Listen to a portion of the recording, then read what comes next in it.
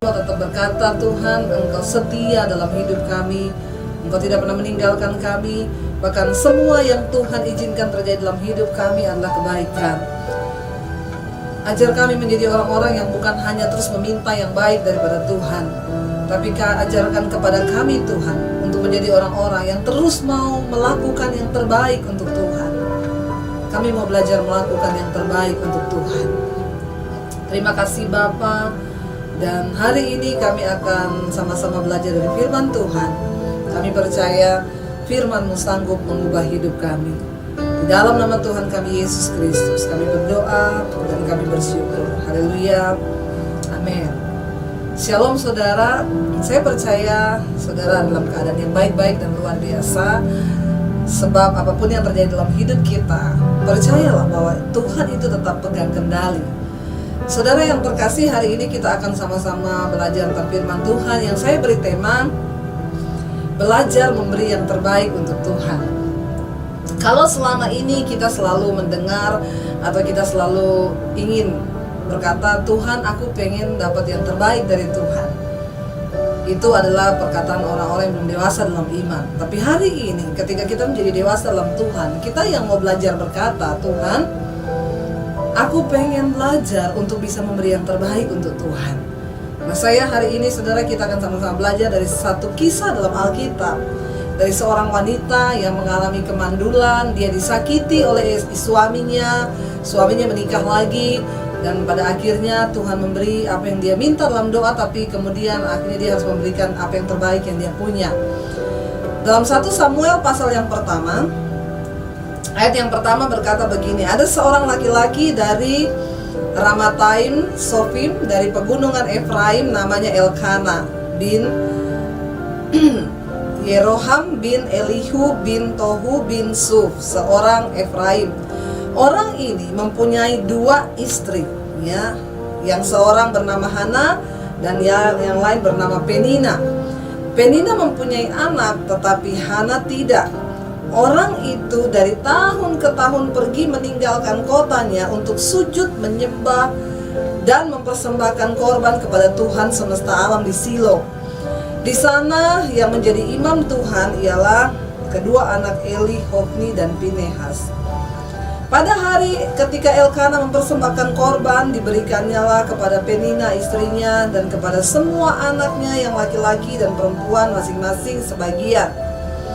Meskipun ia mengasihi Hana, ia memberikan kepada Hana hanya 1 bagian, sebab Tuhan telah menutup kandungannya.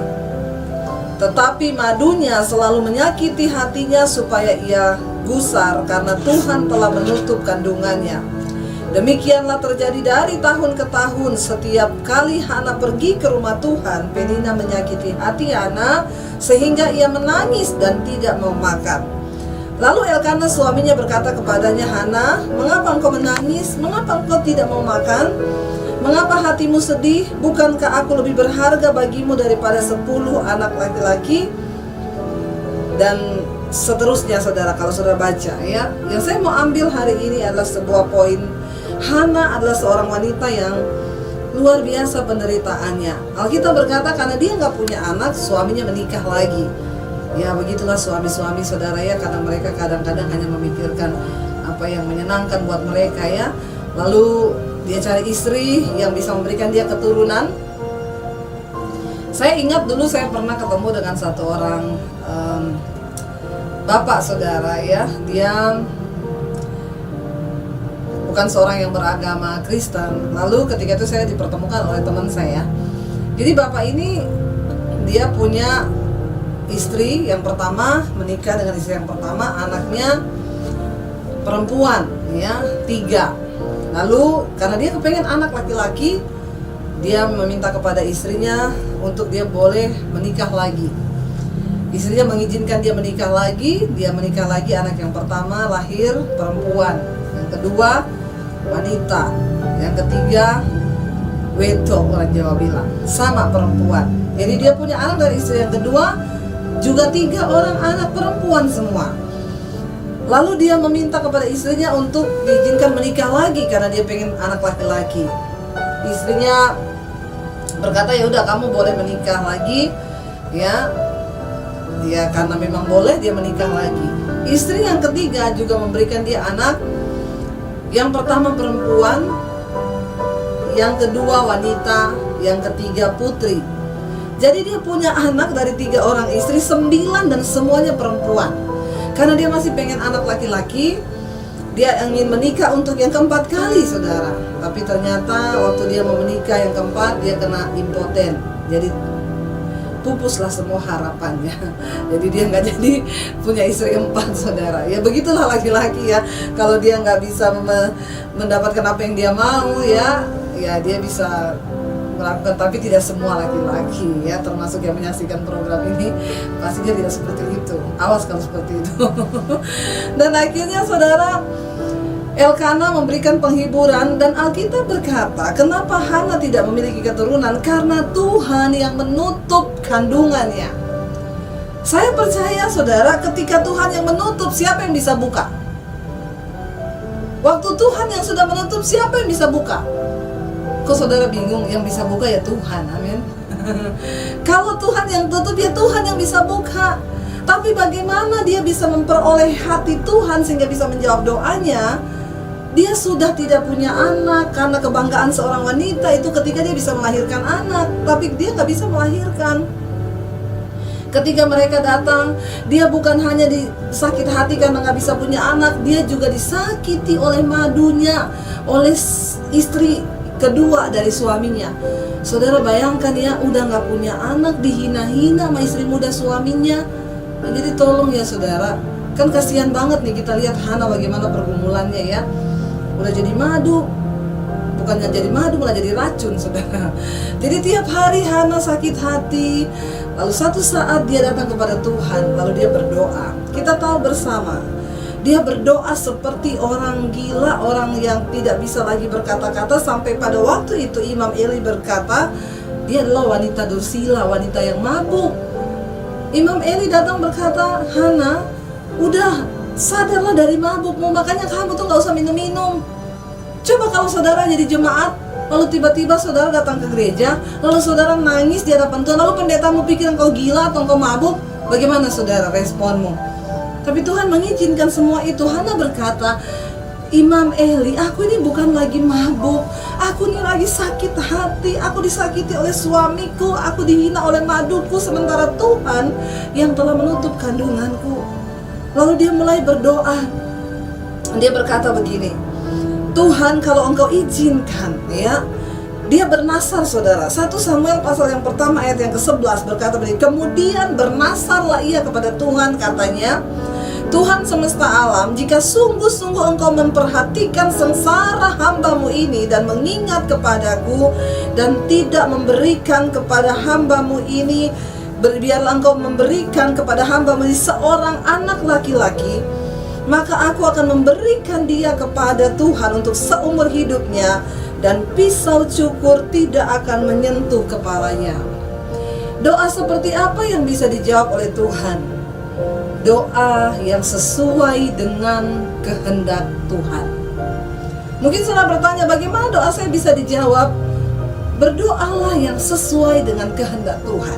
Hana berdoa meminta sesuatu bukan untuk memuaskan hawa nafsunya, tapi dia bilang, Tuhan, kalau engkau menghendaki memberikan hamba seorang anak, maka aku akan menyerahkan dia untuk Tuhan. Seumur hidupnya dia akan melayani Tuhan.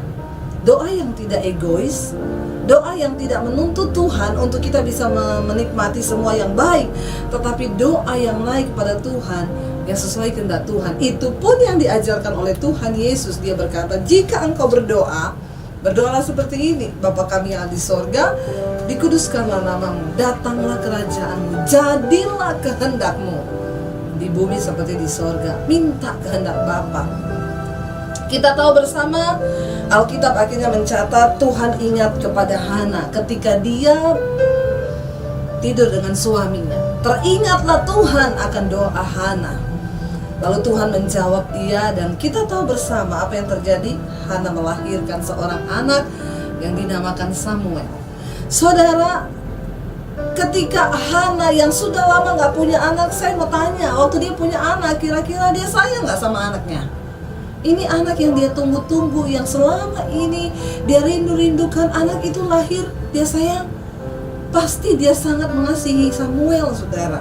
Sejak masih kecil dia sayang kepada Samuel.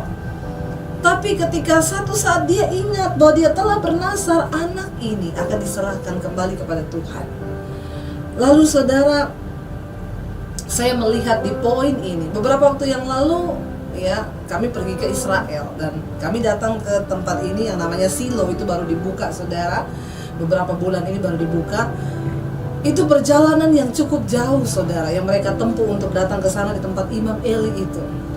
Dan saya melihat ya, dan kita sama-sama bisa membayangkan bagaimana hati Hana. Saya waktu ada di sana itu, saya mendapat satu hal yang sangat luar biasa. Ya, saya sempat berpikir di hati, bagaimana Alkitab mencatat ketika Hana membawa kembali Samuel ke tempat itu. Alkitab berkata di ayat yang ke-24, kalau kita baca di sana dikatakan begini, saudara. Ayat yang ke-23, kemudian Elkana suaminya itu berkata kepadanya, perbuatlah seperti apa yang kau anggap baik, tinggallah sampai engkau menyapih dia. Hanya Tuhan kiranya menepati janjinya. Jadi tinggallah perempuan itu dan menyusui anaknya sampai disapinya. 24. Setelah perempuan itu menyapi anaknya, dibawanyalah dia dengan seekor lembu jantan yang berumur 3 tahun, 1 eva tepung dan sebuyung anggur, lalu diantarkannya ke dalam rumah Tuhan di Silo. Waktu itu masih kecil betul kanak-kanak itu. Saudara, ya, seorang anak yang baru ya disapi atau lepas dari seorang ibu menyapi, itu paling ya kalau zaman sekarang itu anak disapi itu ya sekitar umur 3 atau 4 tahun. Ada yang malah baru 6 bulan kalau zaman sekarang ibu-ibu memberikan ASI. Ya, tapi Samuel pada waktu itu masih sangat kecil. Alkitab berkata anak itu masih sangat kecil. Dan Hana datang ke rumah Tuhan menyerahkan dia. Waktu saya ada di Silo itu, saudara, saya membayangkan ketika Hana meninggalkan Samuel di rumah Tuhan. Lalu dia mulai berjalan dan dia melihat Samuel ditinggalkan di depan pintu. Dan saudara bisa merasakan mungkin Samuel menangis dan memanggil ibunya. Bahkan mungkin Hana juga tidak sampai hati, dia melihat dengan air mata. Dan saya berpikir di situ,